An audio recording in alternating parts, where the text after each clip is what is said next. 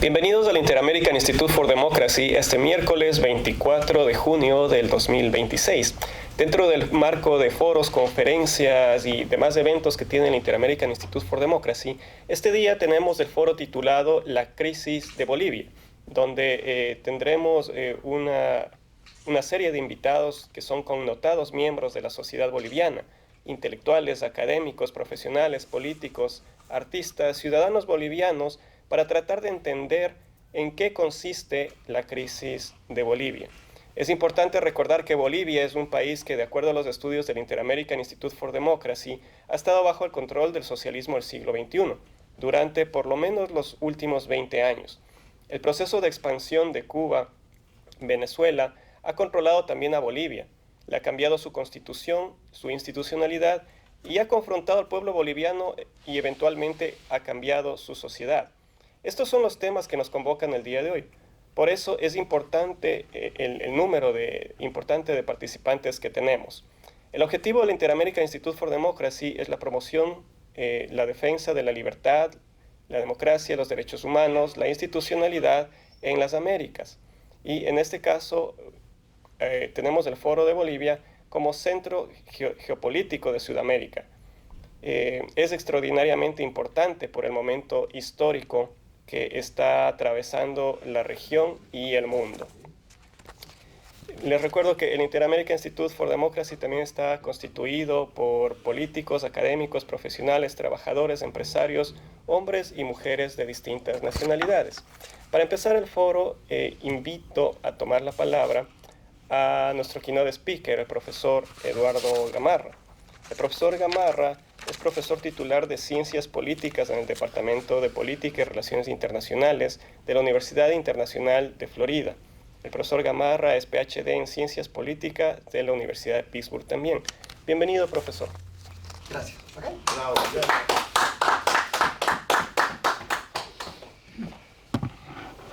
Bueno, muchísimas gracias, Carlos, por la invitación y un privilegio estar acá y sobre todo viendo la lista de speakers. Trataré de ser breve, pero a la vez quiero ser algo provocador, ¿no? Quiero comenzar básicamente diciendo que la democracia retornó a Bolivia en noviembre del año pasado, pero la soberanía democrática no ha sido restaurada. Es decir, terminó el gobierno del MAS, pero básicamente en Bolivia ha permanecido una infraestructura narcoterritorial. La crisis ha pasado en Bolivia del tipo de régimen al control estatal del territorio y del comercio. Y para mí, al menos yo entiendo esta fase como la narcodesestabilización bajo un régimen democrático. En otras palabras, el presidente Paz heredó una crisis estructural y la tarea es reconstruir el Estado, no simplemente librar una guerra contra las drogas. Ahora, en ese sentido, creo que ha habido en Bolivia una evolución, digamos, y no me voy a referir tanto a los problemas recientes de los bloqueos, etcétera, sino quiero darle una visión algo más global. En el año pasado yo decía que Bolivia se caracterizaba por un narcoautoritarismo competitivo. Persistían elecciones, pero las rentas de la coca y la cocaína habían penetrado la política y el territorio. La ruptura se da en noviembre y sobre todo con la llegada del presidente Paz. Ha interrumpido ese proceso, pero no ha logrado eliminar la infraestructura criminal. Y si nos remontamos entonces ahora a la fecha, hay una desestabilización de esta narcopolítica autoritaria, post-autoritaria, digamos. La autoridad electa, el presidente Paz, enfrenta zonas marrones, utilizando ese concepto de Guillermo O'Donnell, ¿no? Y cadenas de suministro criminalizadas. En gran medida, yo creo que la gran pregunta, por lo menos analítica en este momento, es no solo quién gobierna Bolivia, sino dónde puede seguir gobernando el Estado. Y esa es una pregunta muy difícil de responder en el contexto actual. Ahora, ¿cuál es la base probatoria de todo esto? Vamos por partes.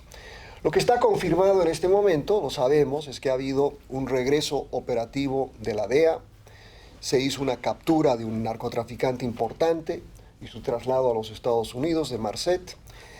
Se ha hecho una declaratoria de rebeldía y de desacato de Morales y su refugio en el Chapare, ¿no? Por acusaciones de pedofilia.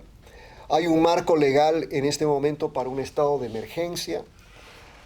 Hay algo nuevo, incautaciones enormes, en total alrededor de 150 toneladas de cocaína vinculadas a la industria de la madera. Y hay designaciones del PCC, el Primeiro Comando da Capital, y el Comando Vermelho como organizaciones narcoterroristas por Estados Unidos. Ahora, obviamente, eso es lo que sabemos que está confirmado. ¿Qué es lo que no está confirmado? En disputa, y lo que requiere verificación, es que hay escala y fuentes de financiamiento de las protestas, ¿no? Que duraron 53 días. Tampoco sabemos con exactitud el grado de penetración del PCC en Bolivia y del CB. Hay un mapa completo que he estado desarrollando ahora, por ejemplo, de incidentes tipo sicariato, que están básicamente en todo el país. Tampoco sabemos cuáles son las empresas madereras específicas dentro de estos grandes envíos. En otras palabras, tampoco podemos decir con gran grado de certeza el alcance de la complicidad del sector privado. Y acá voy a decir algo muy controvertido. Nos hemos enfocado mucho en Evo Morales y lo que implica la producción de coca y cocaína en el Chapare.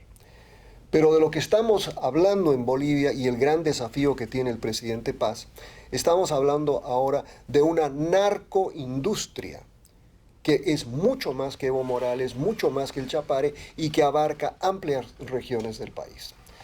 Entonces, en ese sentido, ¿no? Creo que el punto al que quiero llegar es que este periodo postelectoral no estabilizó el orden narco.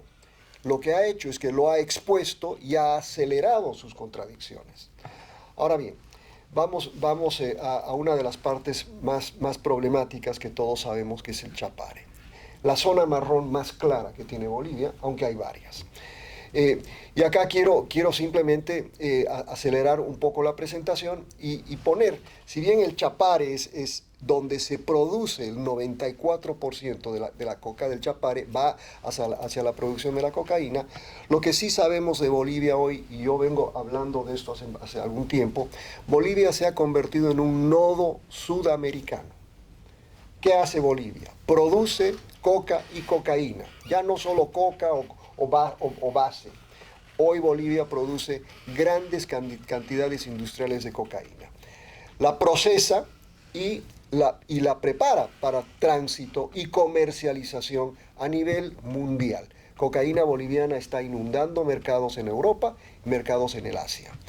Exporta la cocaína por Chile, Brasil, Paraguay y Argentina. Eso sí lo sabemos. Perú forma parte de esto. Inclusive Bolivia es parte del tránsito de cocaína peruana.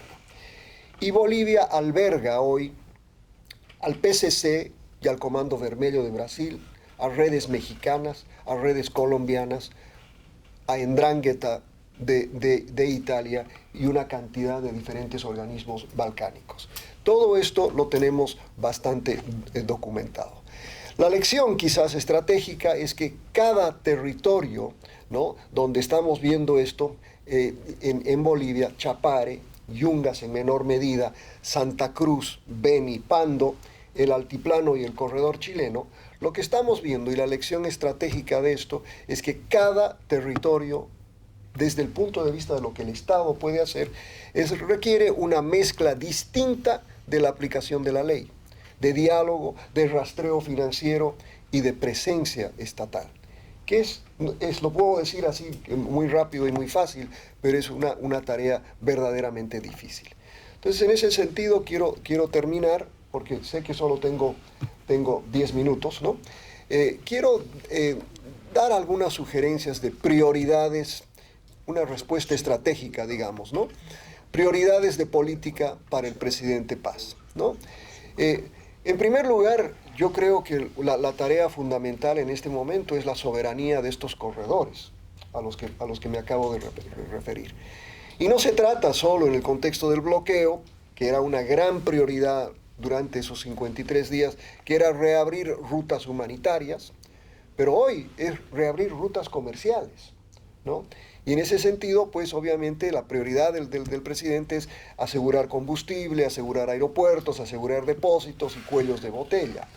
Pero en ese contexto, y es lo más interesante y quizás lo más contradictorio, ¿no? Aunque tenemos que poner estas cosas en su debida, el decomiso, por ejemplo, antes de ayer, de 50 toneladas de cocaína dentro de maderas, impregnadas en maderas en Brasil, ha llevado a los brasileros a decir, ¿cómo es que Bolivia está bloqueada?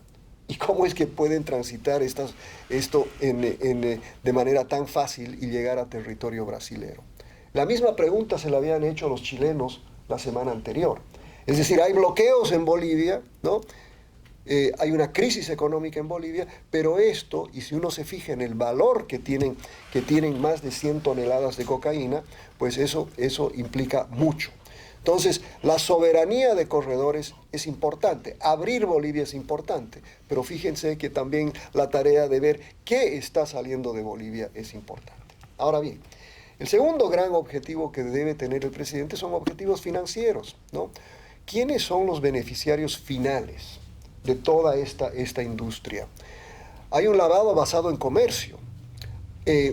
No hemos hecho, y me imagino que se van a hacer auditorías de la madera, de transporte, de bienes raíces, de la agroindustria, por ejemplo, ¿no? O sea, no se trata solo de ver de dónde, cómo se financiaron las movilizaciones en los últimos días, sino también esa otra parte de la narcoindustria boliviana. Ahora, el tercer punto, la tercera sugerencia importante es, y ya lo han venido haciendo, ¿no? Acá hay una necesidad de una cooperación regional. Pero creo que ver a la DEA, y a propósito, en una encuesta que hice a finales de abril, principios de mayo, más del 70% de los bolivianos están absolutamente contentos con que retorne la DEA, ¿no? Pero la DEA no lo es todo. La DEA debe estar dentro de una arquitectura mucho más amplia. Y esto ya lo habíamos sugerido en octubre del año pasado. Bolivia tiene que tener una arquitectura, liderar una arquitectura. Al ser el nodo, Bolivia debe estar a la cabeza de eso, con Chile, con Brasil, con Paraguay, pero también con organismos multilaterales. La cuarta prioridad que yo creo que es para el presidente es distinguir protesta de crimen. ¿Okay? Y esto es muy importante. ¿Okay? Porque una de las críticas que se hace siempre, especialmente a los narcólogos como yo, es que todo lo criminalizamos. Gran parte de la protesta en Bolivia no está vinculada al crimen. Hay protestas que son legítimas, si uno quiere, ¿no? Hay protestas económicas que son legítimas, etc. Por eso, una de las prioridades del presidente Paz debe ser aislar la violencia, el sabotaje, este financiamiento opaco de todo lo que es protesta legal, de todo lo que es protesta, digamos, legítima. ¿Okay? Y finalmente, ¿no? Yo creo que el gobierno de Paz tiene que desarrollar una doctrina bastante disciplinada.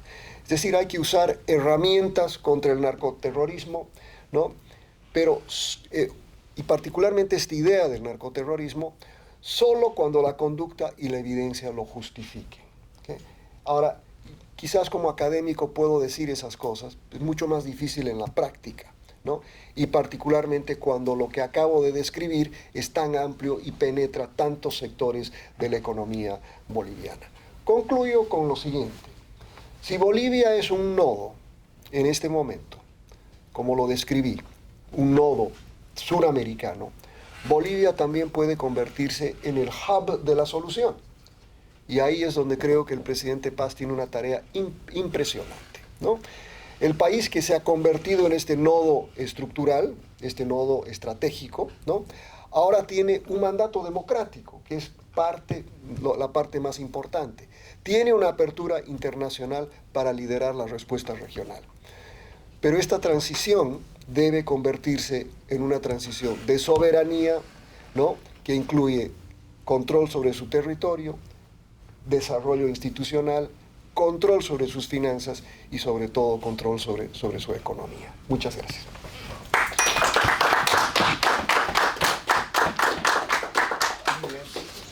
Damos las gracias al profesor Gamarra. A continuación tenemos una serie de expositores, invitados y destacados, académicos, profesionales de distintas áreas de Bolivia. Y quiero recordar a cada uno que tienen 5 minutos para su exposición. A continuación tengo el gusto de presentar al licenciado José Luis Gálvez. El señor Gálvez es un reconocido especialista en comunicación corporativa, comunicación política e investigación de opinión pública, con más de 3 décadas de trayectoria profesional. Es licenciado en comunicación social con estudios en teología, inglés, investigación aplicada, gestión de imagen y maestría en investigación para el desarrollo, y ha dirigido más de 300 investigaciones de carácter social, político y de mercado. Actualmente es el vocero presidencial de Bolivia. Bienvenido, señor Gálvez. Bien, buenos días. Muchísimas gracias por la invitación. Un privilegio compartir la testera con connotadas autoridades sobre el tema boliviano. Quiero empezar, sí, aprovechando un par de segundos para aclarar que mi presencia aquí no obedece en representación del gobierno nacional, ni mucho menos a nombre del presidente o del cargo que detento, sino como académico y como ciudadano boliviano preocupado por estos temas. En ese sentido, debo coincidir y adscribirme plenamente al análisis que hace el profesor Gamarra, y me gustaría aportar una visión complementaria de la complejidad que tenemos en el país, complejidad que en gran medida permite ver lo difícil que ha sido, por ejemplo, manejar estas recientes protestas y la crisis en las que nos hemos sumido.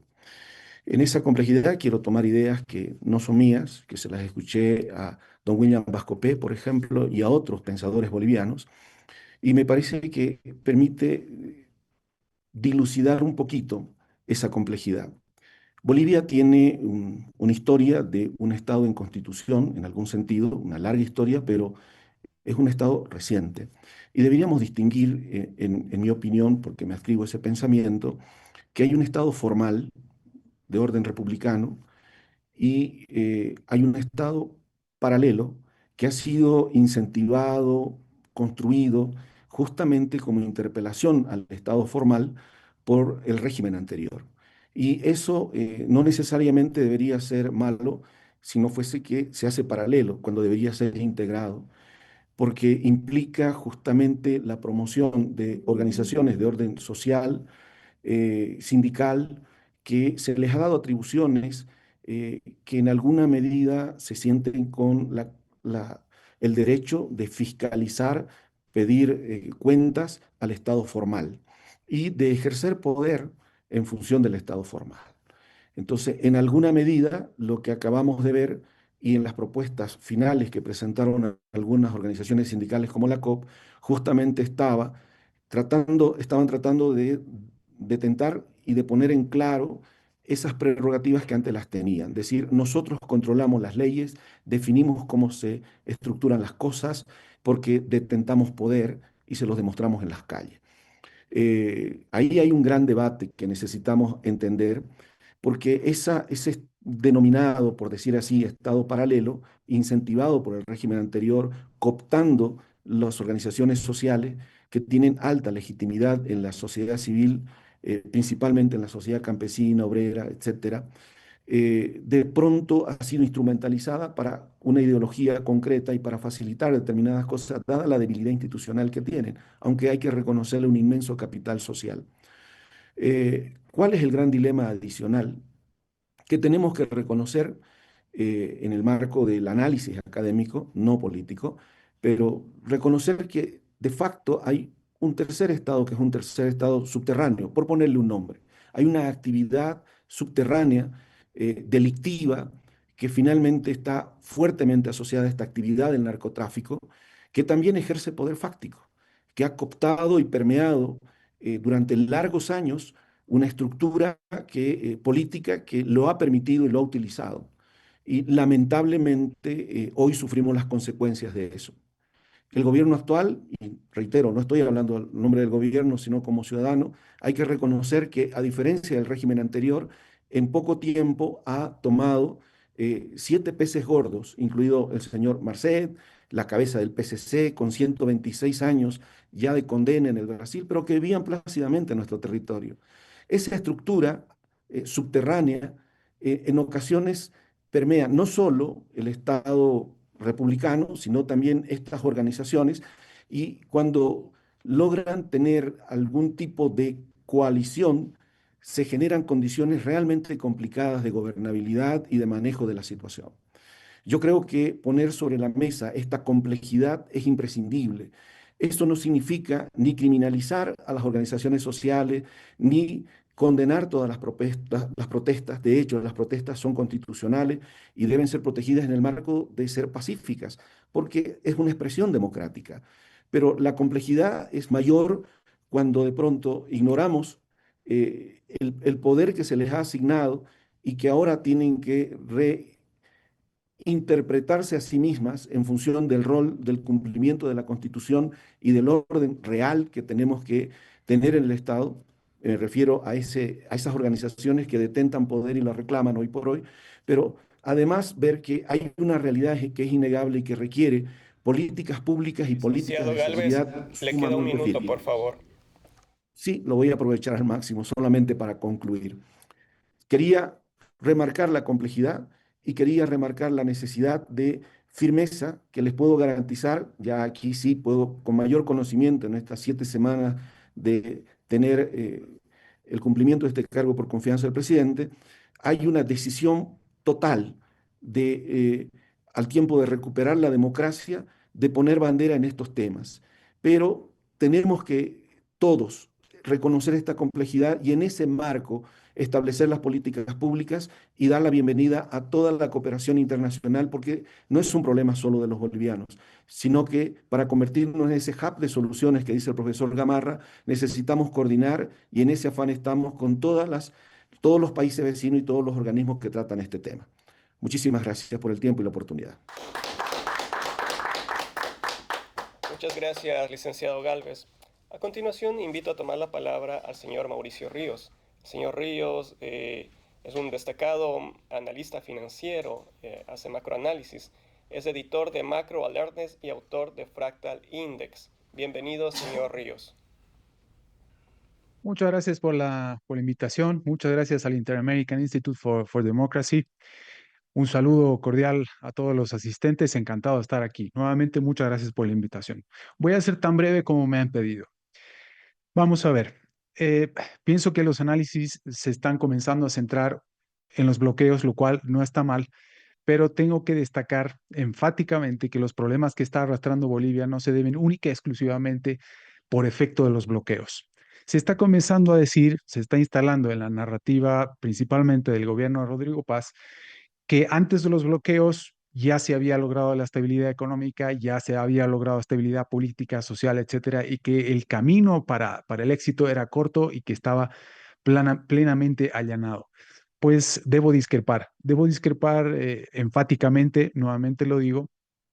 ¿Por qué? Porque no se puede decir que con un déficit fiscal de entre el 9 e incluso el 11% se tiene estabilidad cuando al mismo tiempo se tiene pendiente el objetivo de unificar el tipo de cambio por medio de una devaluación cambiaria del tipo de cambio nominal, ¿sí? Esta es una de las principales amenazas a futuro y en el futuro casi inmediato que tiene el país, que sería como un factor agravante muy grande para la economía nacional y para la propia estabilidad, incluso institucionalidad, de la institucionalidad democrática en el país. ¿Por qué? Entre otras cosas. Los efectos de una devaluación cambiaria pueden ser insospechados y que nos llevarían a desviarnos probablemente de los objetivos que probablemente tendría el gobierno de paz, que por cierto, esto es otro de los problemas muy graves que tiene. No se sabe cuál es el objetivo, no se sabe cuál es exactamente el plan, ni de política económica, ni de gobierno, ni si tiene una visión de país. Parece que apagar incendios de la noche a la mañana a medida que van apareciendo. Entonces, pienso justamente y gracias a que está aquí el señor Galvez puedo transmitirle esa preocupación, que probablemente uno de los mayores problemas que estamos viendo en estos 7 meses de gobierno de Rodrigo Paz es el comunicacional. No se sabe qué quieren, no se sabe a dónde van. Por ejemplo, un día están alineados con el escudo de las Américas, pero al día siguiente están haciendo consultas de manera permanente con Lula da Silva, que claramente se ha mostrado muy distante del escudo de las Américas y de lo que se pretende hacer con el escudo de las Américas. Si no fuera justamente por el escudo de las Américas, ahora mismo el apoyo que tendríamos internacional no existiría y estaríamos en un escenario mucho más similar al de febrero negro de 2003 o mucho peor todavía al de octubre de 2003. Y eso lo están demostrando distintos indicadores, como el Fractal Index, por ejemplo, que está superando niveles a los mencionados, a momentos muy, muy complicados para la institucionalidad democrática en el país y para la economía. Pero volviendo al asunto, creo que el camino que estamos emprendiendo ahora mismo es cada vez más difícil. Creo que ha sido un error optar por la revaluación de la moneda nacional porque eso implica muchísimas otras cosas. Se está diciendo al mismo tiempo que habíamos logrado la estabilidad incluso antes y de manera mucho más sólida que la que habría alcanzado Milei en 2 años en Argentina, que lo habríamos alcanzado en poco menos de 2 meses. Lo cual desde luego dista muchísimo de la verdad. Entonces se está confundiendo a la gente. Creo que el camino de la revaluación de la moneda nacional es equivocado. Creo que es un momento ideal para recalibrar ese objetivo justo antes de la que se supondría la firma de un programa económico con el FMI. El FMI está exigiendo una devaluación cambiaria antes de firmar nada con ellos y eso podría traer más problemas todavía. ¿Qué traerá un nuevo programa económico con el FMI, un paquete de financiamiento con el FMI? Nadie lo sabe. Puede ser, entre otras cosas, incremento de impuestos, mayores devaluaciones, nuevos ajustes al precio de la gasolina y demás. No lo sabemos. Es cuestión de tiempo, pero nuevamente creo que es un buen momento para poder calibrar y recalibrar el camino que ha emprendido en materia de política económica el gobierno de Rodrigo Paz. Entonces, creo que es una buena oportunidad, como les digo, para poder recalibrar estos serios problemas, porque no mucho más adelante nos quedan 4 años y medio de gobierno y hay que corregir definitivamente muchas cosas. ¿Qué tiene que ver la política económica con la política de seguridad? Con esto cierro. Si no tenemos financiamiento, nuevamente, una de las grandes preguntas que tenía todo el mundo era ¿por qué no se establecía el estado de excepción a más de 50 días de bloqueos a nivel nacional? Mucha gente comenzaba a especular, debe ser probablemente, decían, que la policía e incluso las Fuerzas Armadas no tenían ni gasolina para desplazarse. Y eso denota la enormísima debilidad no solamente del gobierno para poder gobernar, sino además en materia nuevamente comunicacional. Este es un desafío muy, muy grande. Insisto en decir, no puede ser que devaluemos o nos estemos enfrentando a una devaluación cambiaria manteniendo de manera simultánea un déficit fiscal de entre el 9 y 11%. Es decir, esto sería una bomba espectacular sobre la economía que añade como efecto agravante a los problemas que ya venimos arrastrando de mucho antes. Y los bloqueos, desde luego, probablemente vuelvan. Y si tenemos bloqueos con más inflación todavía, derivada de una nueva devaluación, pues tendríamos una situación todavía más difícil de manejar, un estancamiento inflacionario todavía más desafiante.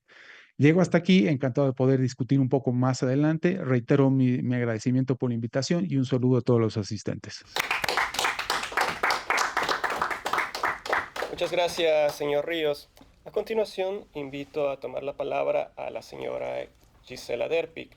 La señora Derpic es una potosina titulada en Derecho, posgraduada en Pedagogía, Creatividad y también en Derecho Constitucional. Ha ejercido la docencia universitaria tanto en pregrado como en posgrado. Decana de la Facultad de Derecho de la Universidad Autónoma Tomás Frías y es una muy reconocida autora de varios trabajos académicos. Con gusto recibimos a la señora Derpic. Bienvenida. Muchísimas gracias. Estoy realmente contenta de compartir este foro con ustedes. Es siempre una invitación a ordenar las ideas sobre la base de los datos acumulados y tiene una singular relevancia en un momento tan difícil para el país.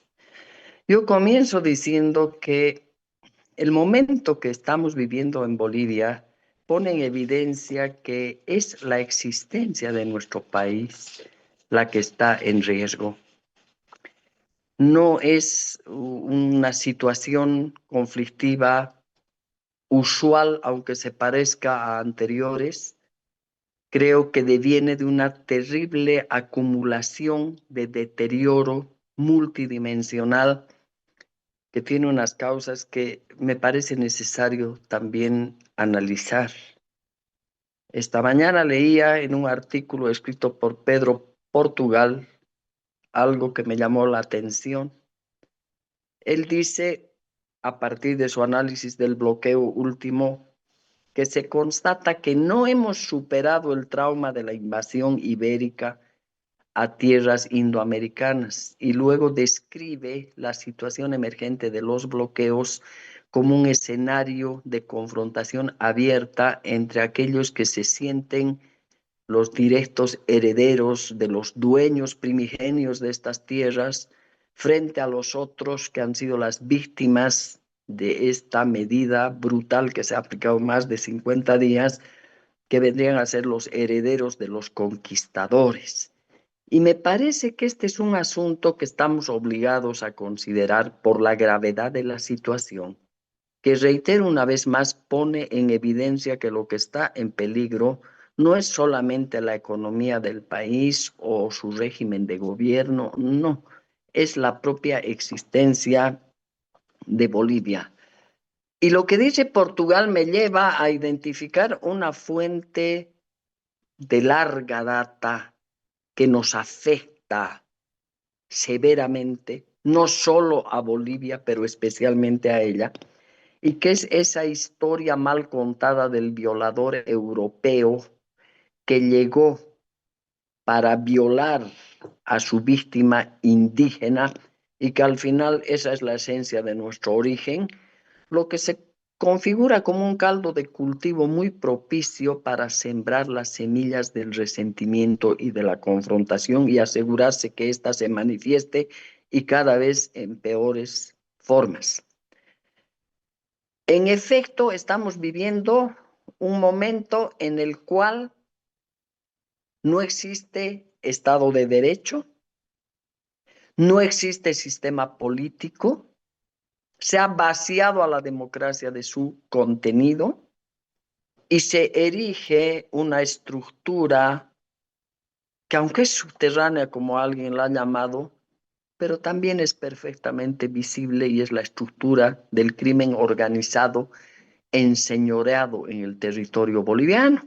Basta revisar los datos de las elecciones últimas y ver dónde han ganado ciertas opciones y contrastar dónde se ha manifestado con mayor fiereza la brutalidad de la medida del bloqueo de caminos. Por lo tanto, estamos ante una disyuntiva que no nos deja lugar a mirar las parcelas de la crisis, sino a mirarla entera, pero darle respuesta a través de una consideración de sus antecedentes de larga data y también de data más corta.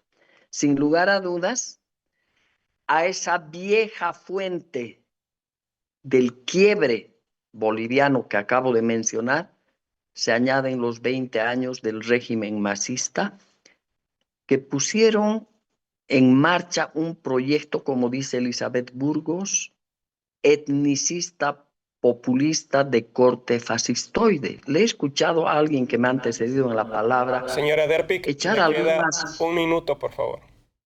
algunas alabanzas a las organizaciones sociales que al final de cuentas expresan nada más que un corporativismo de corte fascista. Ante esto, esperamos a corto plazo señales evidentes del gobierno de Paz Pereira de reposición de la democracia y del Estado de Derecho. Una ley de amnistía, por ejemplo, que ponga en libertad a todos los presos políticos. La destitución de aquellos elementos que han viciado el sistema electoral y que hoy día todavía lo manejan en las más altas cúpulas. Y a mediano y largo plazo tenemos que encargarnos de restituir el sistema político para empezar de verdad la contención de esta caída libre de nuestro país y abrigar esperanzas de un mejor futuro. Muchas gracias. Damos las gracias a la señora Gisela Derpic. A continuación, tengo el gusto de invitar a tomar la palabra al señor doctor Germán Gutiérrez. El doctor Gutiérrez es abogado, político y un muy reconocido docente universitario. Ha sido diputado nacional, fue alcalde de Sucre, además de presidente y concejal del Consejo Municipal de Sucre. Ha sido también delegado presidencial para las reformas judiciales, consejero de la magistratura, además de columnista y conferencista. Bienvenido, señor Gutiérrez. Muchas gracias. Buenos días a todos quienes están acá presentes. Un gusto de mi parte poder participar. Ingresando al tema, creo que el tema hay que tratarlo como periodo, no como coyuntura, y ver el largo recorrido histórico que se ha dado, cuando menos en estos últimos 20 años, para tratar de comprender qué es lo que está pasando y cuáles deberían ser las grandes líneas de acción a implementarse a partir de ahora. Primero, la contradicción que se ha instalado en el pasado y que sigue perviviendo el día de hoy es de una dictadura electoralizada frente a la recuperación o la restitución de la democracia en Bolivia. Esa dictadura electoralizada que configuró el Estado plurinacional, que configuró una, entre comillas, institucionalidad diferente a lo que fue en el pasado, impuso la creación o la presencia del movimiento social en el poder político frente al partido político que se dio en el pasado. En 2003, con la guerra del gas, no solamente se cayó el señor Gonzalo Sánchez de Lozada y el MNR, sino se cayó el Estado Nacional que fue elucubrado, elaborado en 1952 y que tuvo un largo transitar. Ese Estado Nacional fue reemplazado por la entelequia del Estado Plurinacional y el día de hoy esa entelequia ha fracasado. Vale decir, ya no está en pie. Es un fracaso que se ha debido no precisamente a la oposición política, sino a un mal diseño y al abuso que se ha cometido a lo largo de ese gobierno de más de 20 años del movimiento al socialismo. Entonces, ante la caída del Estado plurinacional, históricamente corresponde que haya un reemplazo por un otro modelo, como sucedió el 2003. El Estado Nacional cae y propone el movimiento al socialismo el Estado plurinacional. El día de hoy, caído el Estado plurinacional, ¿qué es lo que corresponde? Que sea reemplazado por un otro modelo. Yo digo la República y la Nación bolivianas, que deben reemplazar en la apertura de una nueva era. No es que se está abriendo una coyuntura, se abre un largo periodo de unos 20 o 30 años, ojalá más, que debe estar signada por una democracia plena. Ahora, el gobierno de Rodrigo Paz Pereira debía haber cumplido la tarea de ser una transición entre esta dictadura electoralizada y la apertura de la nueva era democrática. Generar una nueva institucionalidad que reemplace al movimiento social de corte autoritario, fascistoide, por una renovación de la idea de partido político, de la conducción política de los diferentes problemas. No lo ha hecho, no ha cumplido la tarea de transición. Y no debemos olvidar que en octubre y noviembre del año pasado, la ciudadanía, vale decir los bolivianos, en las urnas derrotó a esa dictadura electoralizada, votando mayoritariamente por representantes que podríamos decir, más allá de sus diferencias, corresponden a un bloque democrático. Y las expresiones de esa dictadura electoralizada pasada se fueron reducidas a su mínima expresión, generando unos residuos que debían haber sido derrotados por el gobierno que iba a ser instalado y que correspondió a Rodrigo Paz Pereira. Esto no se ha hecho. Entonces, lo que estamos viviendo el día de hoy es producto de esa crisis que no termina de concluir, de ese viejo que no muere y ese nuevo que no puede nacer. Y claro, Rodrigo Paz Pereira cometió un error estratégico en la reunión de Cochabamba, en el monólogo de Cochabamba, donde dijo que no iba a tocar el Estado plurinacional, cuando por el contrario era lo que debería haberse efectuado en ese momento. Ahora bien, Lo que ha sucedido en estos 50 y tantos días de bloqueos ha sido justamente una reacción de ese Estado plurinacional moribundo que trata de reivindicarse y trata de reflotar cuando sabemos que eso ya no es posible, apoyado por una estrategia internacional que quiere restituir el socialismo del siglo XXI frente a la pérdida que está teniendo en todo el escenario latinoamericano. Pero no solamente eso, sino que esa manifestación con bloqueos han tenido una particularidad que no ha sido respondida adecuadamente por el gobierno. Nos declararon una guerra unilateral cometiendo delitos de lesa humanidad. Se Señor bloqueó el doctor paso de Gutiérrez, alimentos, le queda un minuto, por favor. se bloqueó el paso de alimentos, se bloqueó el paso de medicinas que se han cometido delitos de lesa humanidad, financiado por dineros y recursos obscuros provenientes del narcotráfico. Propuesta. El gobierno debe restituir la República. El gobierno no debe dejar la impunidad a todos estos sectores. Se han cometido delitos de lesa humanidad y en este gobierno, con autoridades jurisdiccionales bolivianas o del extranjero, tarde o temprano esos delitos tienen que ser procesados. El gobierno debe dotarse de una mayor musculatura política y decirnos de aquí al finalizar su mandato qué es lo que pretende y qué es lo que quiere. Pero sobre todo, ingresar a la nueva era democrática aplastando los residuos del Estado plurinacional que ya no dan y que han fracasado por su propia decisión.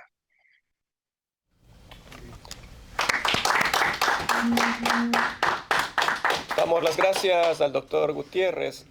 A continuación tengo el gusto de invitar al vicealmirante Ismael Shabib. El vicealmirante, bueno, es un connotado personaje graduado con honores, además de ser escritor que ha publicado varios libros, docente universitario en el área de relaciones internacionales y columnista de varios medios de comunicación de Bolivia. Bienvenido, almirante Shabib.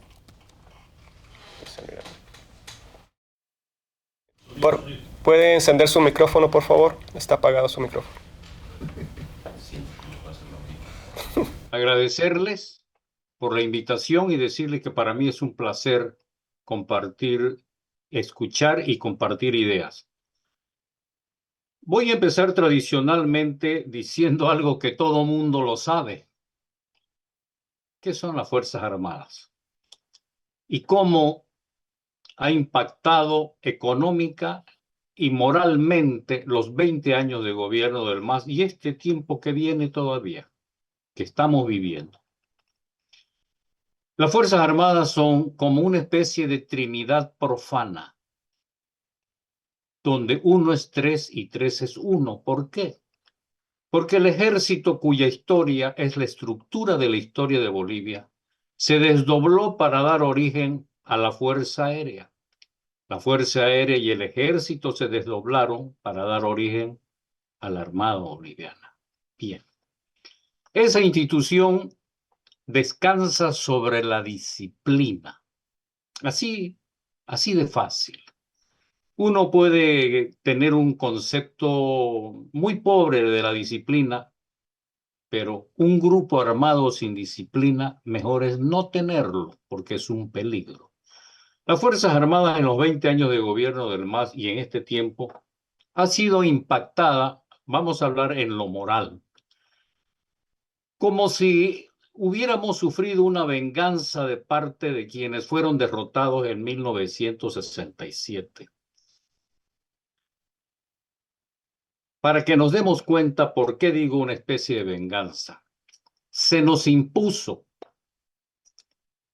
el lema patria o muerte, que era el lema de los que fueron derrotados en 1967. Nuestro lema es subordinación y constancia. Muchos dirán, pero los militares, ¿por qué se dejaron? Hablando en términos comunes, porque son personas.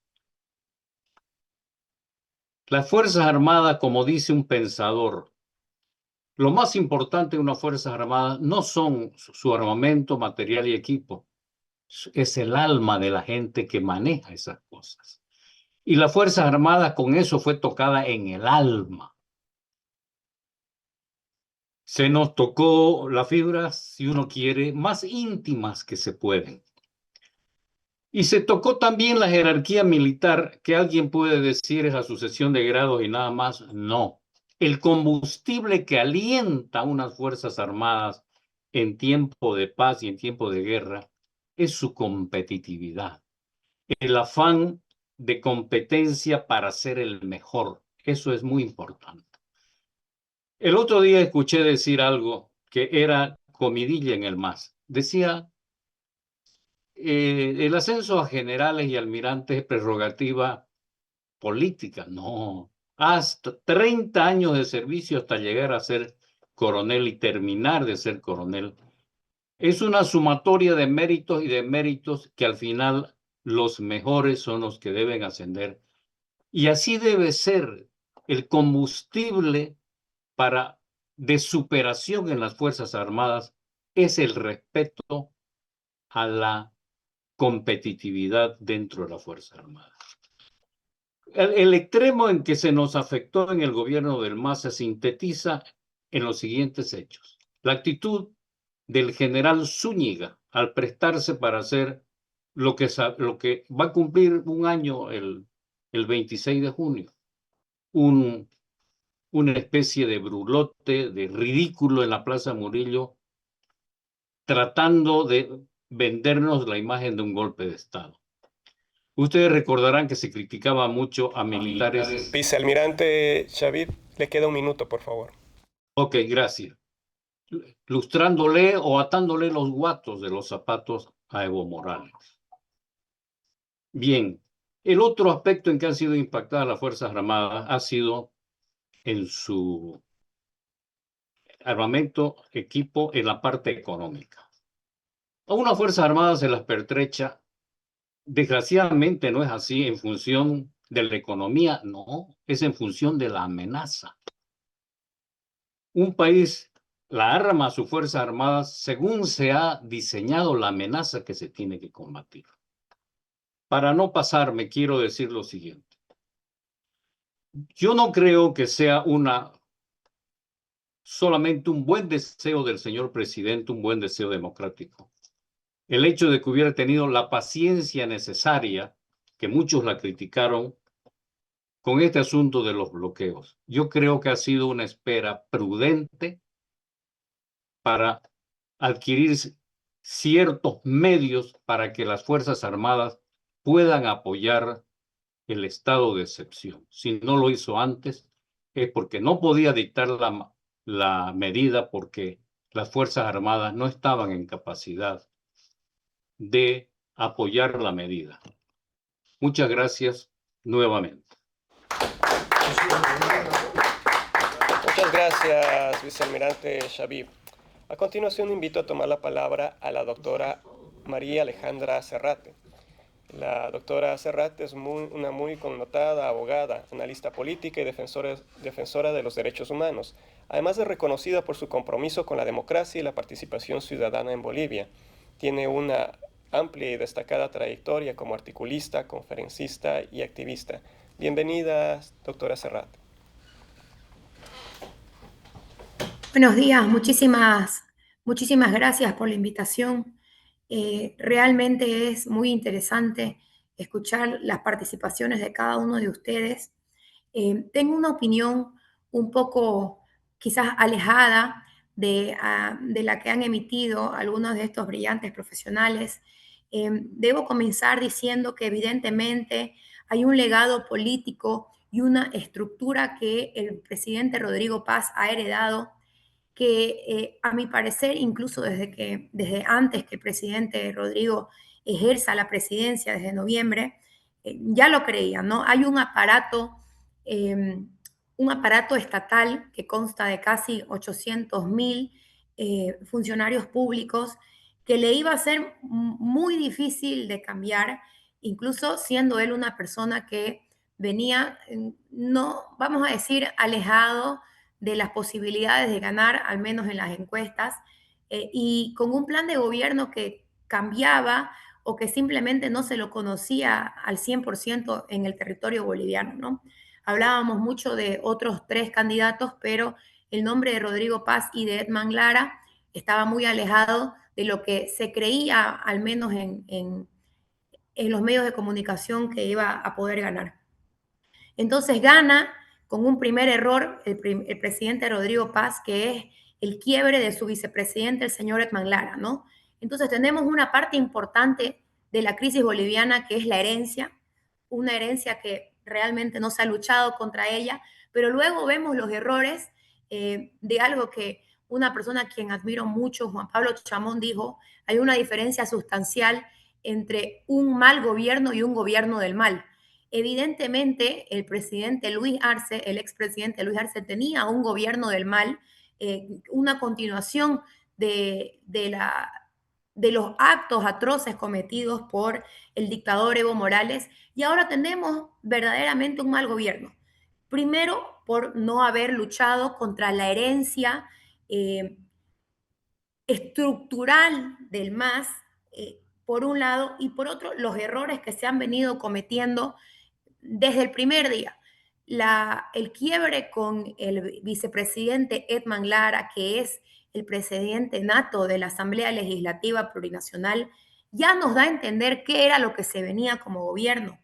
La conformación de estos ministros parches que no tienen ningún tipo de coherencia ideológica entre ellos, y más o menos parecen cada uno estar velando por sus carteras y por su estabilidad comunicacional positiva, versus de poder coadyuvar al presidente a conformar un gabinete que vamos a decir, que centra sus esfuerzos en poder salir de la crisis que nos ha sumado tanto la herencia estructural como las malas decisiones del presidente Rodrigo Paz.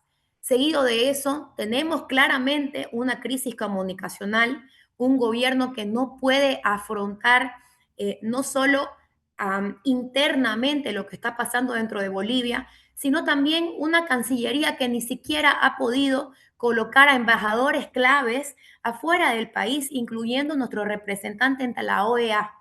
¿Qué tan difícil o qué tan distinto hubiera sido si hubiéramos tenido estos representantes afuera del territorio en esta crisis que tuvimos de 50 días tratando de comunicar qué era lo que verdaderamente estaba pasando? Y algo que desgraciadamente tenemos que nombrar es que en esta crisis de los 50 días, como bien dijo Mauricio Ríos, alguno menciona, se salió de acá de manera victoriosa. Han muerto 20 personas y los responsables no están detenidos. Una vez más, podemos hablar de la impunidad. En el gobierno de Luis Arce hablábamos de la impunidad que gozaba Evo Morales. Le queda un minuto, por favor. Ahora podemos hablar de la impunidad de la que gozan Mario Argollo y sus diferentes cómplices, ¿no? Yo quiero que le vaya bien al presidente Rodrigo Paz. De hecho, es una persona que tengo en buena estima, ¿no? Pero el tema comunicacional, la falta de energía para destruir la herencia, la falta de compromiso que hay para contra ciertos sectores, de poder alejarlos de los sectores que verdaderamente delinquieron, deja mucho que desear. Y por no decir algo mucho más, el tema de la gasolina, cuando no se asumen responsables, no se piden disculpas, no se tienen respuestas claras al respecto, qué pasó con los más de 40.000 vehículos que están fregados alrededor del país, ¿no?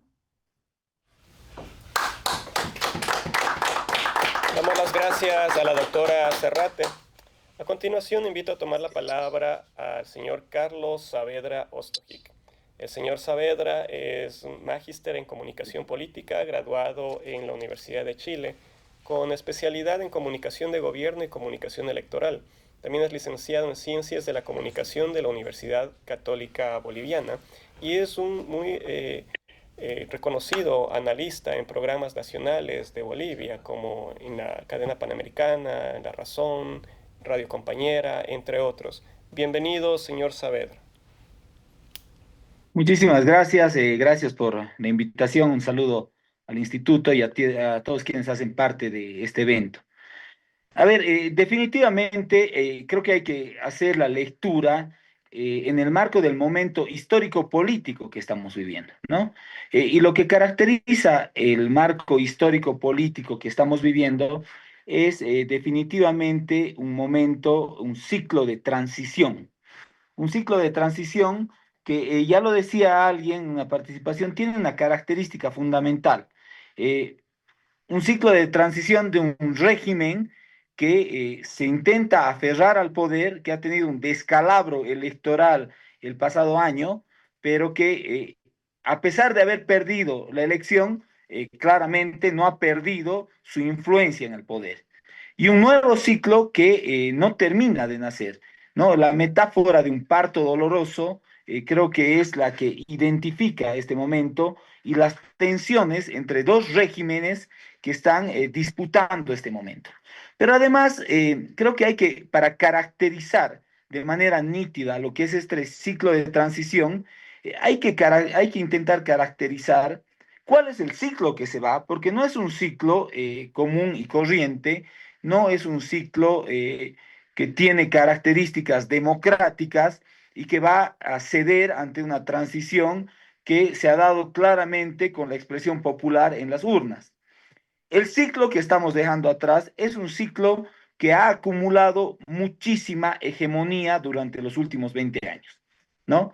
No estamos dejando atrás un gobierno o un ciclo normal, sino es un gobierno que ha trabajado con características altamente autoritarias en la concentración y cooptación de muchísimos poderes, de prácticamente todos los poderes que estaban alineados bajo un régimen político.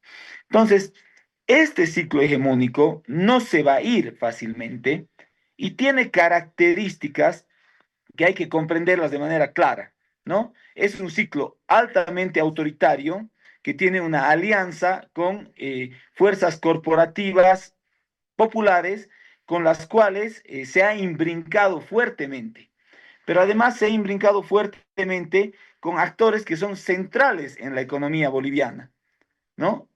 Uno de esos actores que además están vinculados con actividades ilícitas, el narcotráfico, el contrabando, la minería ilegal, hacían parte del esquema de cogobierno de poder de este ciclo que está concluyendo y que por obvias razones no va a dejar fácilmente el poder.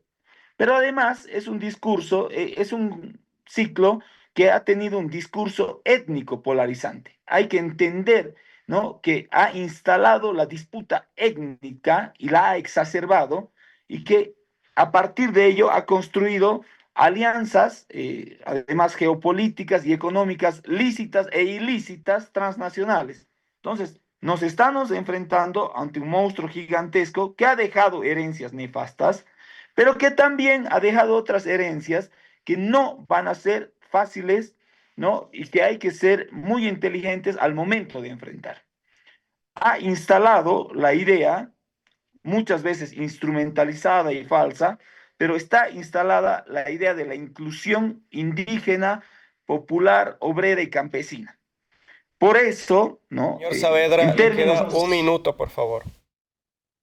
En términos estratégicos, va a ser muy complejo poder derrumbar el Estado plurinacional y hay que aplicar desde este punto de vista una estrategia inteligente para hacer tres reformas fundamentales. Una reforma a la justicia, una reforma económica, que es fundamental, una reforma institucional y todo el fortalecimiento de las Fuerzas Armadas para iniciar el nuevo ciclo. Y esto requiere, ¿no?, un planteamiento de fondo que tiene que tener claridad en cuál es el ciclo que viene a continuación. Gracias. Muchas gracias, señor Saavedra. A continuación, invito al profesor Fernando Untoja. El señor Untoja es un político boliviano, ha sido diputado de la República de Bolivia, fue candidato a la presidencia en el año 93 por el Movimiento Catarista Nacional, del que fue fundador. Además, es un reconocido y connotado docente universitario y escritor. Bienvenido, señor Untoja. Gracias a todos los que participan en este foro importante. Primero, yo quiero plantea la cosa de 5 puntos. No estoy de acuerdo de reducir análisis de la crisis de Bolivia solamente a temas económicos. No estoy de acuerdo. Entonces planteo la siguiente tesis. Es de que Bolivia está en crisis de Estado, crisis institucional y también crisis intelectual. El Estado no logró a consolidarse como Estado, sino comenzó a fabricar un armazón que solo responde a intereses políticos internacionales y también de grupos de poder. Entonces, ¿qué ha hecho el Estado? El Estado desde el 2009 lo que ha hecho es confrontar Estado y ciudad y reducir al ciudadano en cero y poner o sobreponer a los llamados movimientos sociales. Con ese discurso nos contaron de que iban a solucionar las cosas y que iban a reparar las fracturas entre Estado y sociedad durante el transcurso de la historia, pero vemos de que eso no funcionó. Entonces, el ciudadano en que ha quedado prácticamente arrinconado, no tiene ningún papel protagónico, sino los que tienen son los movimientos sociales. Pero ahí no termina la cosa.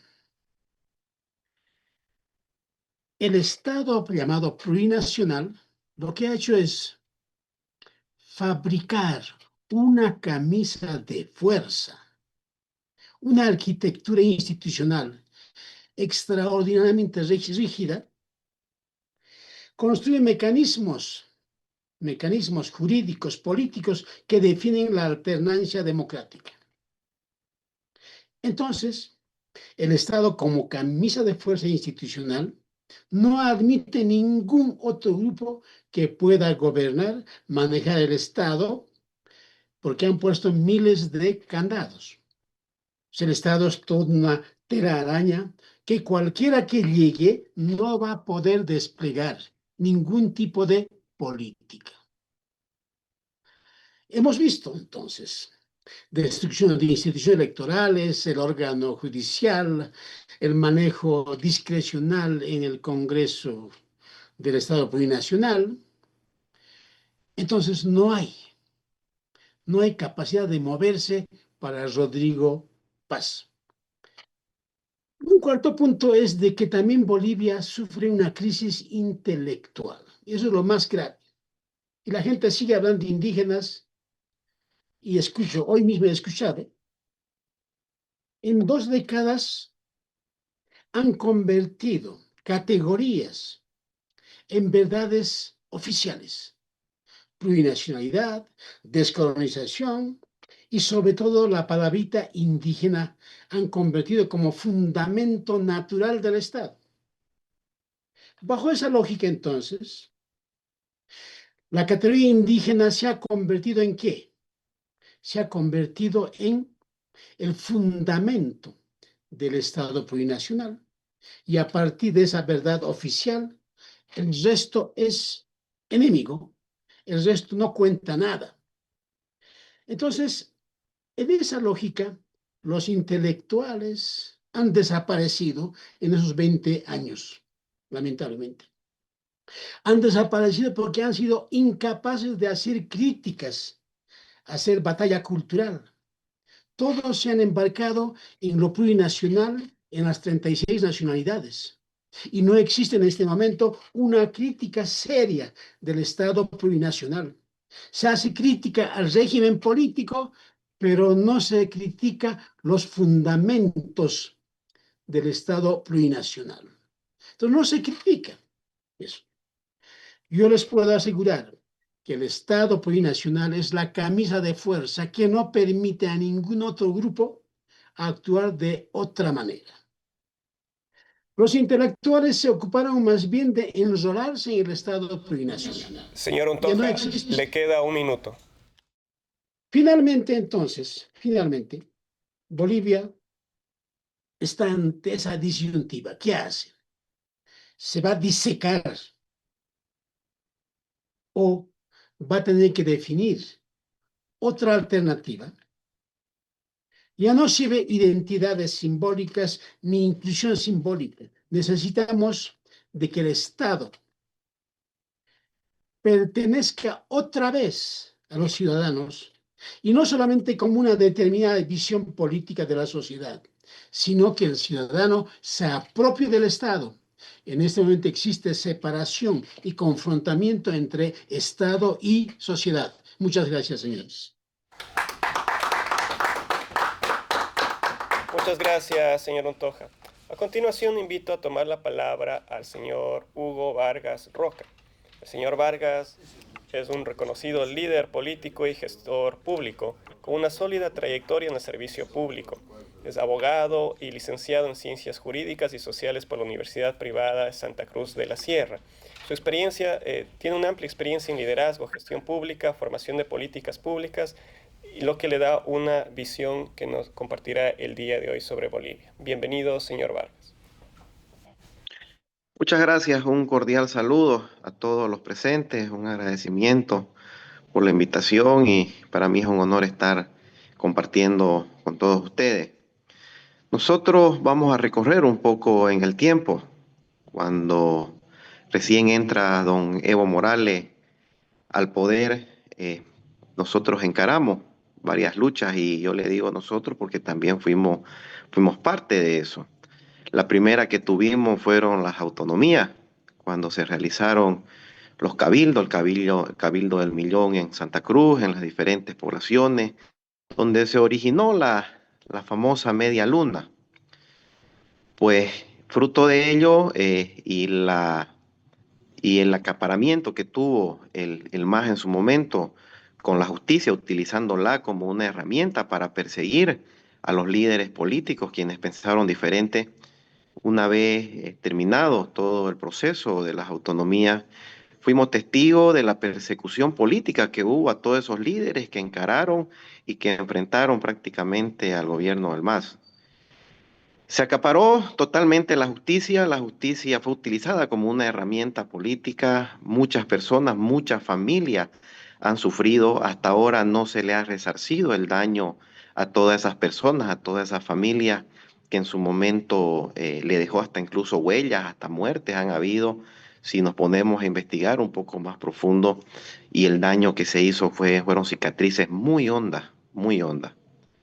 Posteriormente, hubo un desconocimiento total de ese referéndum. Al final, hasta incluso gobernadores fueron exiliados. Viene la instauración de tratar de perpetuarse en el poder de don Evo Morales, cuando vamos a un referéndum totalmente para vulnerar la Constitución, cuando la Constitución es clara y los mandatos que puede utilizar una persona para ser presidente están enmarcados. Sin embargo, tratan de perpetuarse en el poder y vamos al referéndum, donde fuimos parte y bueno, también muchos bolivianos, muchos líderes afrontaron ese referéndum y todos nosotros conocemos los resultados. Se le negó la perpetuación del poder a don Evo Morales y de la misma manera hubo un desconocimiento total de los resultados, vulnerando la norma y vulnerando sobre todo la decisión que tuvimos todos nosotros los bolivianos. Sin embargo, hubo un desgaste en todo el tiempo, en los casi 20 años que tuvo el sistema, y el MAS instauró un sistema de gobierno. El sistema de gobierno es en base a las organizaciones sociales. Yo comparto plenamente cuando mencionan el narcotráfico. El narcotráfico se enraizó, se perdieron los principios y los valores en muchos lugares. Ustedes ven autoridades que tuvieron en su momento totalmente ligadas al narcotráfico y bueno, al final nadie decía nada y al final se hizo hasta normal en nuestro país. Nosotros vemos con mucha preocupación lo que está pasando hoy en día en Bolivia. La responsabilidad que tiene el presidente Rodrigo Paz es muy grande sobre su espalda.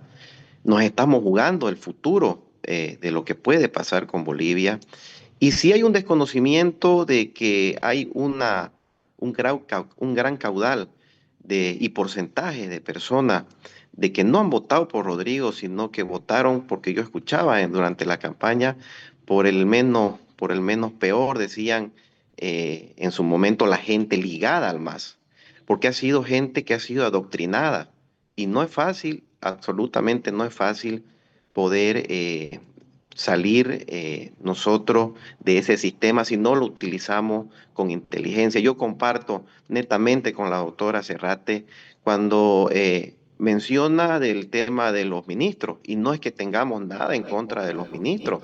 Doctor Yo Vargas, tengo un minuto le amistades, queda, por favor. yo tengo amistades ahí, pero yo pienso que no ha sido la forma de selección y pienso de que no se está actuando con la responsabilidad que demanda la historia, porque ese tema de la gasolina basura, yo creo que es su talón de Aquiles ahorita del gobierno actual. Es el talón de Aquiles porque está haciendo mucho daño. Está haciendo mucho daño a todas las personas que hemos sido perjudicados.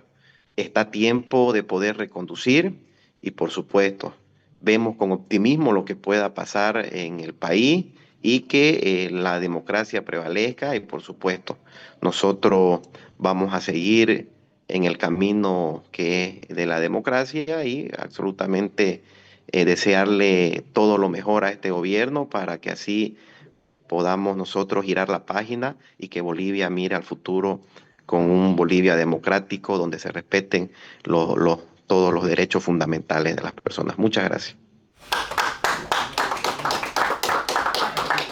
Muchas gracias, doctor Vargas. A continuación, tengo el gusto de invitar a tomar la palabra al señor Guido Añez. El señor Añez fue gobernador de Santa Cruz, fue ministro de Agricultura, además que fue presidente de la Cámara de Diputados. Es un reconocido abogado egresado de la Universidad Católica de Asunción, Paraguay, y tiene estudios de posgrado en España. Reside actualmente en Estados Unidos como asilado político. Bienvenido, señor Añez.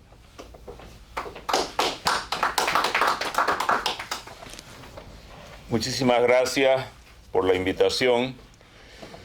A ver, hay un proceso de transición en Bolivia que es de un narcoestado dictatorial a una democracia.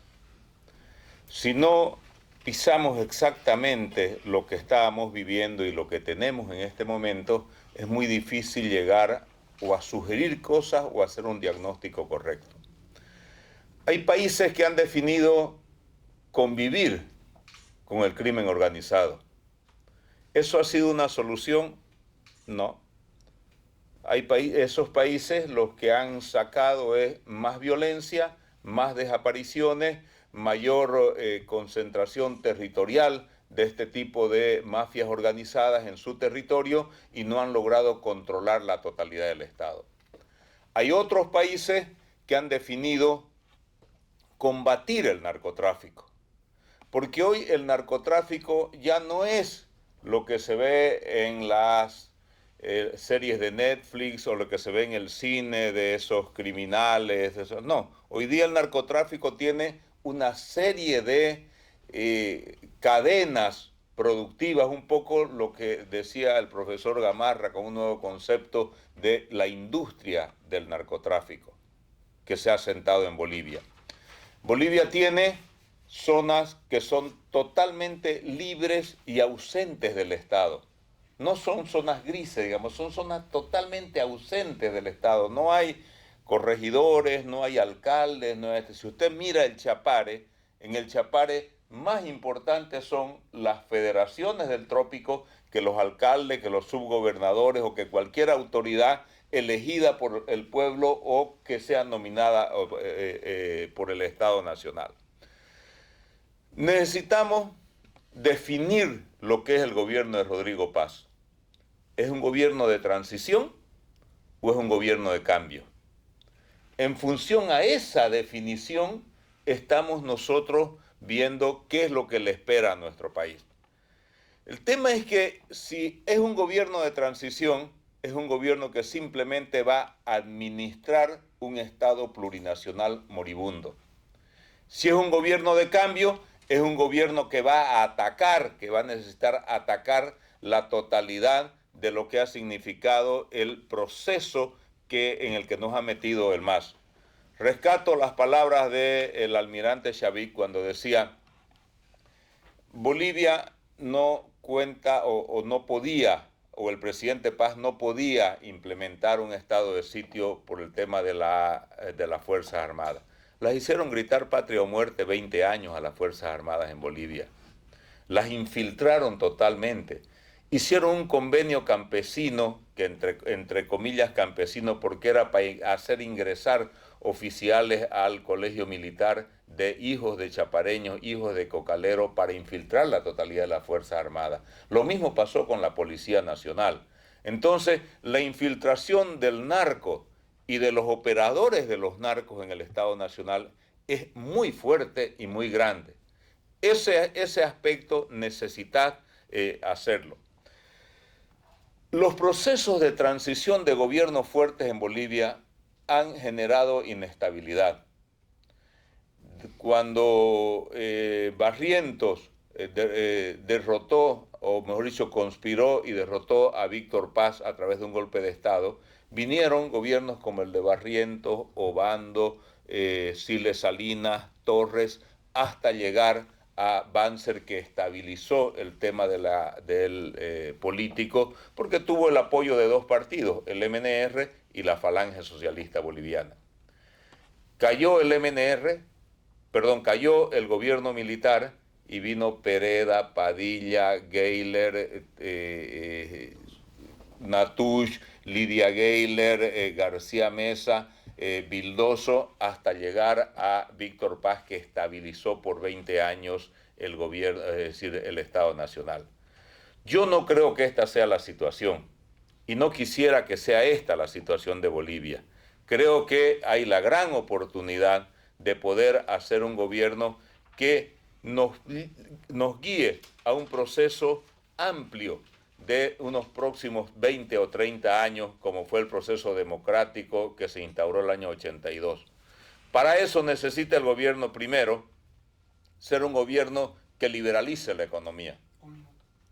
Ese proceso de liberalización de la economía es lo que está reclamando el pueblo boliviano.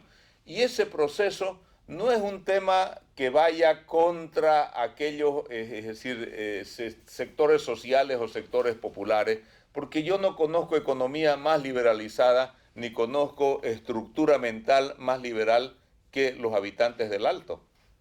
En el Alto, indudablemente, son tan o más liberales que los cruceños o que todo el oriente boliviano. Necesitamos inversión extranjera. Bolivia es imposible que se sostenga en los próximos años sin inversión extranjera, porque el crimen económico que cometió el MAS al negar la posibilidad de inversión extranjera, es imposible sostenerla. Se nos viene una crisis energética mucho más profunda que la crisis económica que estamos viviendo, y va a ser no va a ser sostenible. Necesitamos un gobierno que sea inclusivo. Y cuando hablo de inclusión social, no me estoy refiriendo solamente a procesos en los cuales el Estado Nacional tenga la posibilidad de incluir a diversos grupos sociales. El fraccionamiento social, la desagregación social que hemos vivido durante los últimos años es realmente muy, muy profunda. Regiones contra regiones, ciudadanos, o sea, ciudad contra campo, campesinos contra, es decir, contra obreros, indígenas contra blancos. O sea, hay una serie de desagregaciones sociales que indudablemente la hemos heredado del MAS. Eso necesitamos nosotros superarlo. ¿Se puede hacer en estos años? Sí se puede hacer, pero se tiene que hacer con decisión, se tiene que hacer con capacidad de poder ampliar, digamos, la base social del gobierno. Si no generamos un gobierno de unidad nacional que incluya a la totalidad de las fuerzas políticas, que incluya a los movimientos sociales democráticos, que incluya a sectores sociales que se creían marginados del banquete del desarrollo, va a ser bastante complicado. Entonces, eso es lo que necesitamos hacer. Como se ha venido gobernando estos últimos 7 meses, no es viable un proceso de transición exitoso. O sea, al no haber un sistema de partidos políticos y al no haber un sistema en el cual la sociedad se sienta representada en el Estado en su totalidad, va a ser muy difícil que logremos lo que el país necesita en este momento.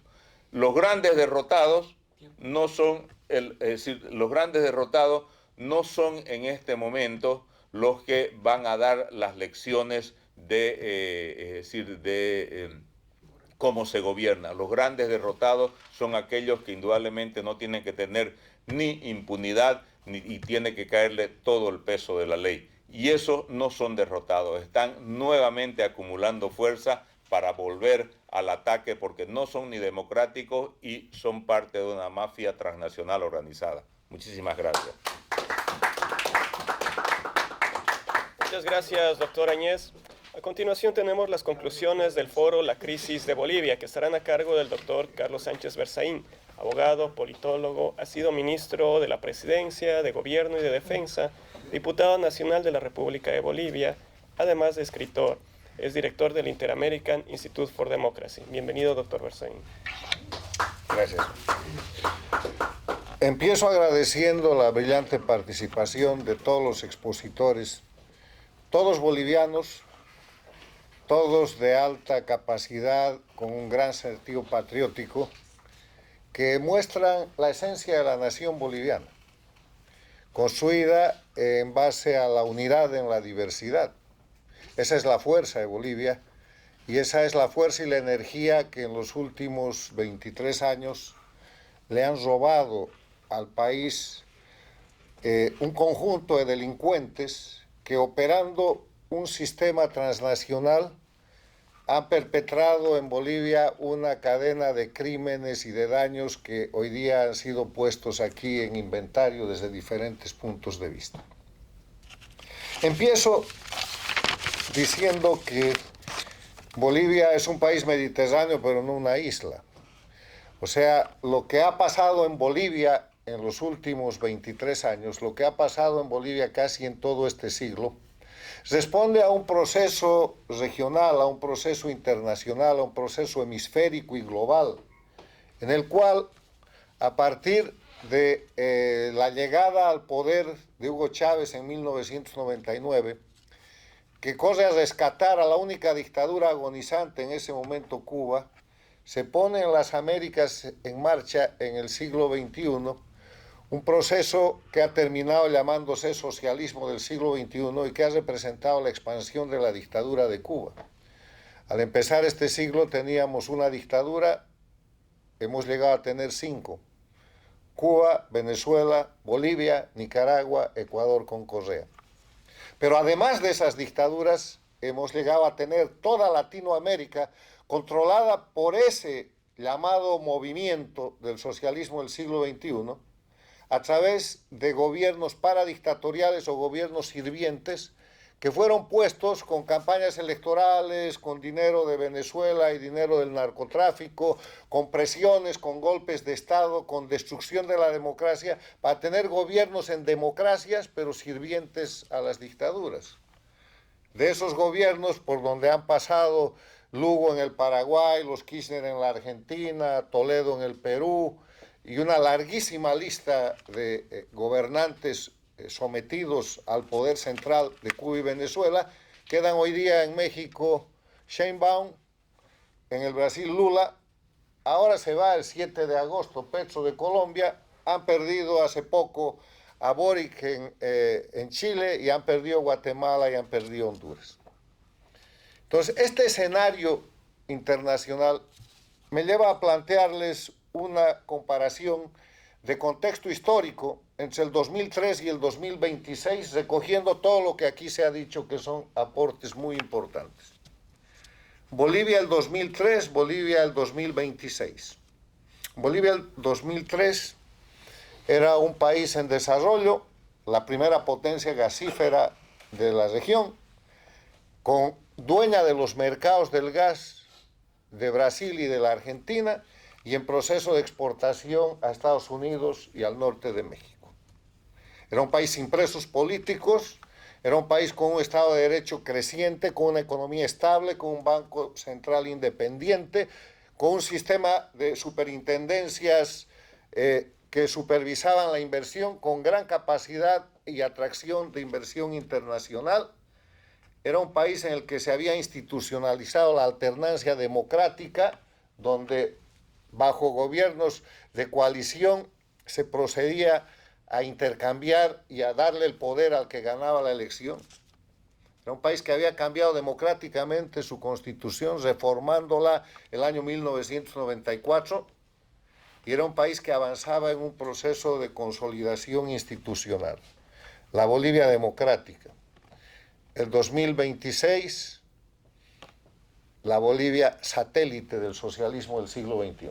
La Bolivia que le entregan a Rodrigo Paz el año pasado, el 2025, es una Bolivia dependiente de las dictaduras de Cuba y Venezuela, asentada como base de Irán, de Rusia, de China, en contra de su propia soberanía. Una Bolivia sin gas porque perdió el gas.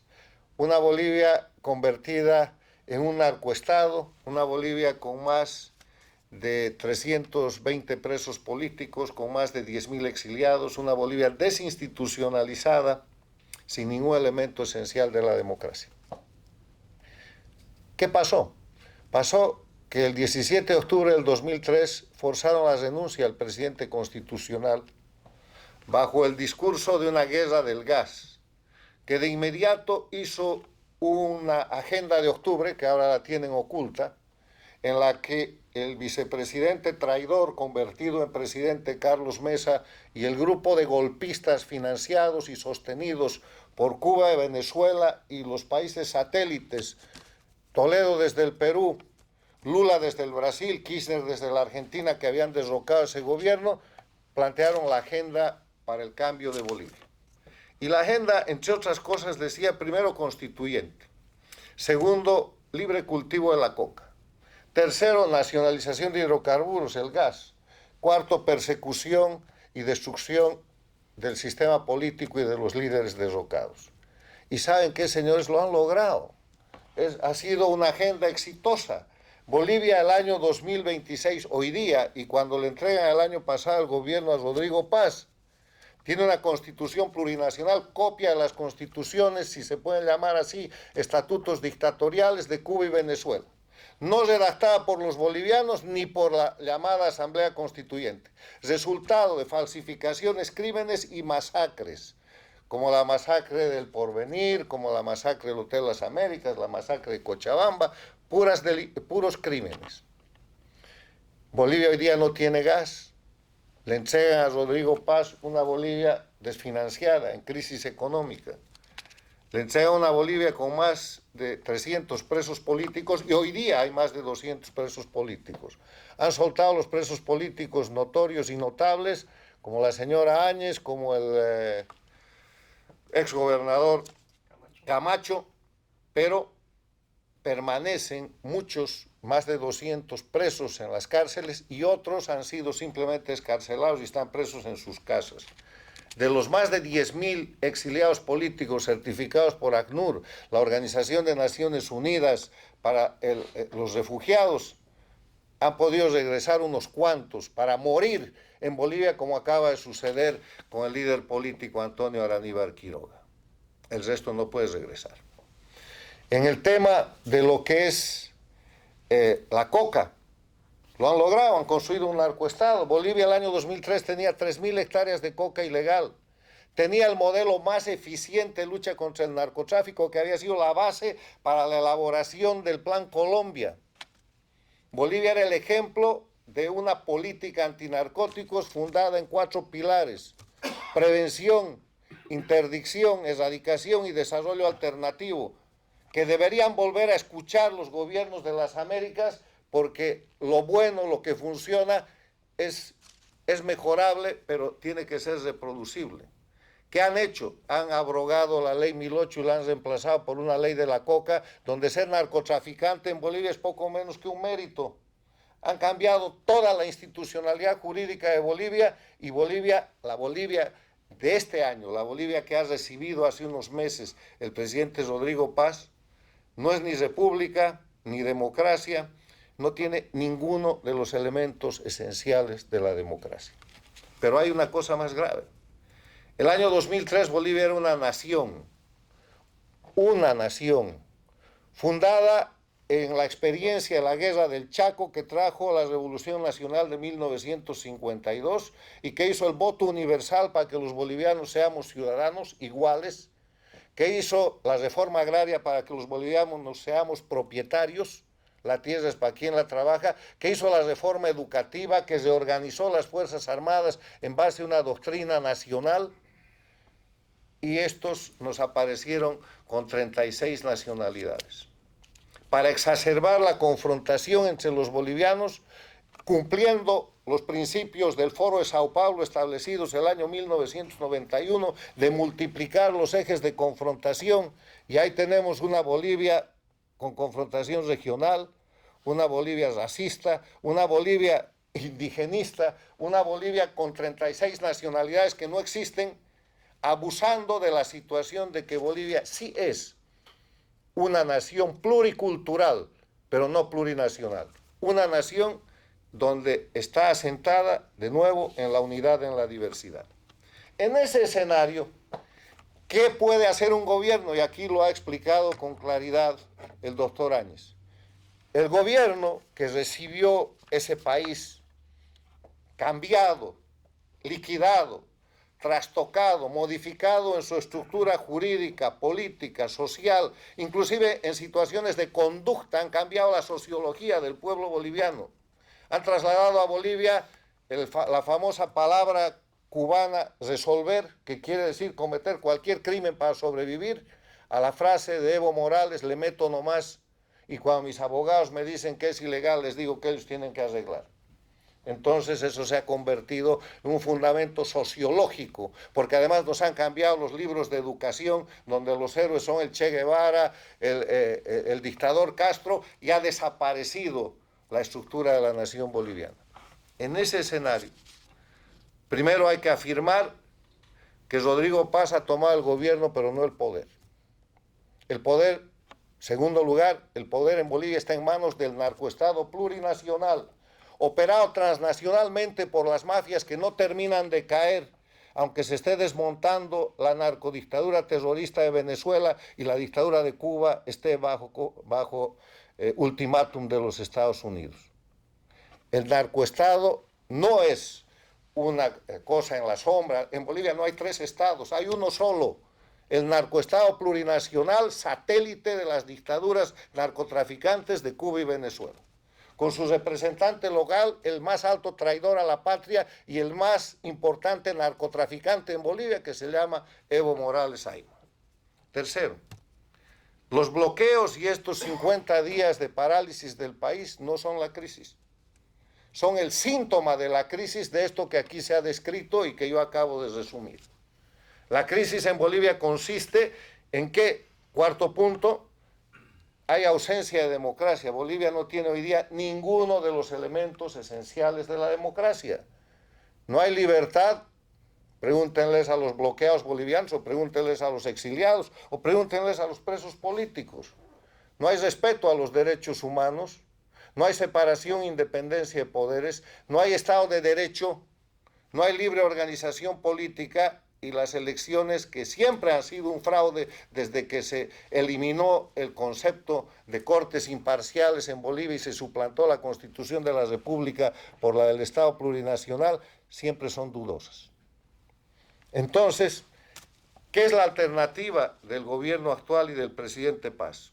Simplemente, o va a ser el jefe del narcoestado plurinacional en un sistema de continuismo, quedándose con la Constitución, quedándose con las leyes, quedándose con el sistema del narcoterrorismo plurinacional que ocupa hoy Bolivia, o va a producir un efecto de cambio para ser presidente de la nación boliviana.